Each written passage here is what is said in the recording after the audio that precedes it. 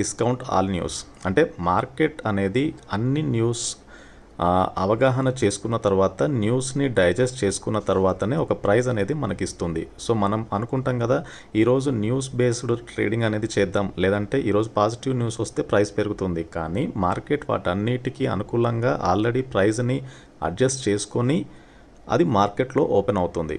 అంటే మనం మార్కెట్లో స్టడీ చేయాల్సింది కంపెనీ రిజల్ట్స్ కంటే కూడా, company balance sheet, companies financial performance కంటే కూడా దాని యొక్క ప్రైస్ యాక్షన్, ఒక కంపెనీ షేర్ ప్రైస్ ఎలా మూవ్ అవుతుంది అనేది మనం అనాలిసిస్ చేస్తే కనుక కంపెనీ పర్ఫార్మెన్స్ అనేది ఆటోమేటిక్గా తెలుస్తుంది. సో ఎలాంటి న్యూస్ అయినా మార్కెట్ అనేది డిస్కౌంట్ చేస్తుంది. అది ఎకానమీ సంబంధించిన న్యూస్ కావచ్చు, పాండమిక్ రిలేటెడ్ న్యూస్ కావచ్చు, జీడిపి రిలేటెడ్ న్యూస్ కావచ్చు, ఇండస్ట్రియల్ గ్రోత్ కావచ్చు.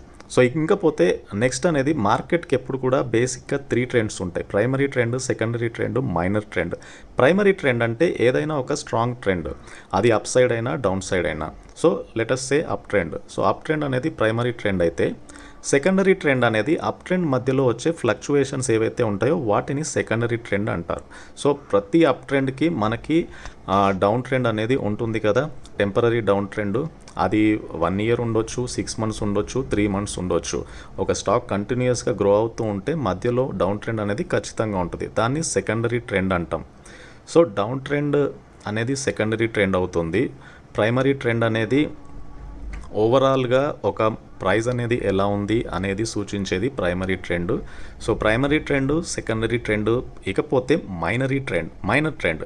సో మైనర్ ట్రెండ్ అంటే ఏంటంటే విత్ ఇన్ ద ప్రైమరీ ట్రెండ్లోనైనా, విత్ ఇన్ ద సెకండరీ ట్రెండ్లోనైనా ఫ్లక్చువేషన్స్ ఉంటాయి. మనం బేసికల్గా స్వింగ్ ట్రేడింగ్కి కానీ, డే ట్రేడింగ్కి కానీ యూస్ చేసే ఫ్లక్చువేషన్స్ ఏవైతే ఉన్నాయో అవి ఓన్లీ షార్ట్ డ్యూరేషన్, అంటే ఒక రోజులో, ఒక వీక్లో, ఒక మంత్లో వచ్చే షార్ట్ స్పాన్ ఆఫ్ ఫ్లక్చువేషన్స్ ఏవైతే ఉంటాయో వాటిని మనం మైనర్ ట్రెండ్స్ అంటాం. అంటే సడన్గా ఈరోజు ఒక స్టాక్ అనేది సర్జ్ అయింది 20% అంటే దానికి ఒక స్ట్రాంగ్ న్యూస్ ఉంటుంది, కానీ నెక్స్ట్ డే ఆ 20% సర్జ్ అనేది కంటిన్యూ కాదు.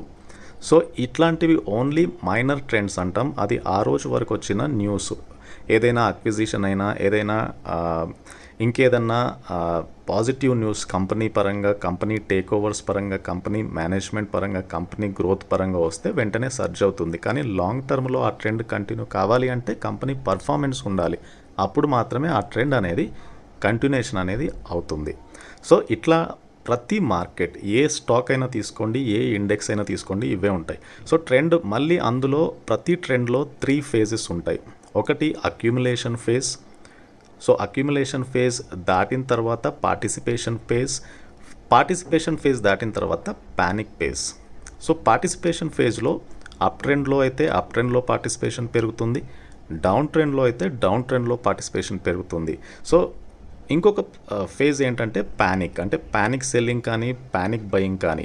సో ఎప్పుడు కూడా ఇన్వెస్టర్స్ ఎప్పుడు కూడా అందరూ సెల్ చేస్తున్నప్పుడు బై చేస్తారు, అందరూ బై చేస్తున్నప్పుడు సెల్ చేస్తారు. సో ఈ 3 సిచ్యువేషన్స్ అనేవి ఎప్పటికీ ఉంటాయి మార్కెట్లో. ఎందుకంటే మార్కెట్ పార్టిసిపెంట్స్ డిఫరెంట్గా ఉంటారు కాబట్టి. తర్వాత మార్కెట్ పెరుగుతుంది లేదా మార్కెట్ తగ్గుతుంది అనడానికి ఒక స్టాక్నో, ఒక ఇండెక్స్నో, ఒక పర్టిక్యులర్ సెక్టర్నో మనం బెంచ్ మార్క్గా పెట్టుకోకూడదు. సో కంప్లీట్ అన్ని ఇండిసెస్ ఒకే దారిలో ఉంటేనే మార్కెట్ అనేది పెరుగుతుంది. ఇకపోతే వాల్యూమ్ ప్రకారం మనం ట్రెండ్ అనేది అనాలిసిస్ చేయడం.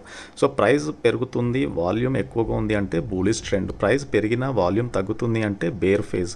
ప్రైజు తగ్గుతుంది, వాల్యూమ్ పెరుగుతుంది అంటే బేర్ ఫేజ్. అలానే ప్రైస్, వాల్యూమ్ రెండు తగ్గుతున్నాయి అంటే మూమెంటం అనేది బులిష్గా ఉండొచ్చు అనేది మనం ఇక్కడ నిర్ధారించుకోవచ్చు. అంటే ఎప్పుడు కూడా ఒక ట్రెండ్ అనేది ఎలా కన్ఫర్మ్ అవుతుంది అంటే దాన్ని పార్టిసిపేషన్ అంటే వాల్యూమ్.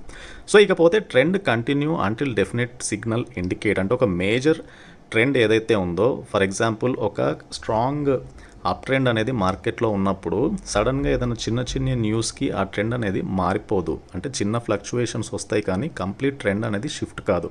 ఎప్పుడు కూడా ఒక పెద్ద ట్రెండ్ అనేది, పెద్ద న్యూస్ అంటే ఒక బిగ్ న్యూస్ కానీ, బిగ్ అనౌన్స్మెంట్ కానీ వచ్చినప్పుడు మాత్రమే ట్రెండ్లో మార్పు ఉంటుంది. Short term announcement, short term fluctuations వలన ట్రెండ్ అనేది మారదు.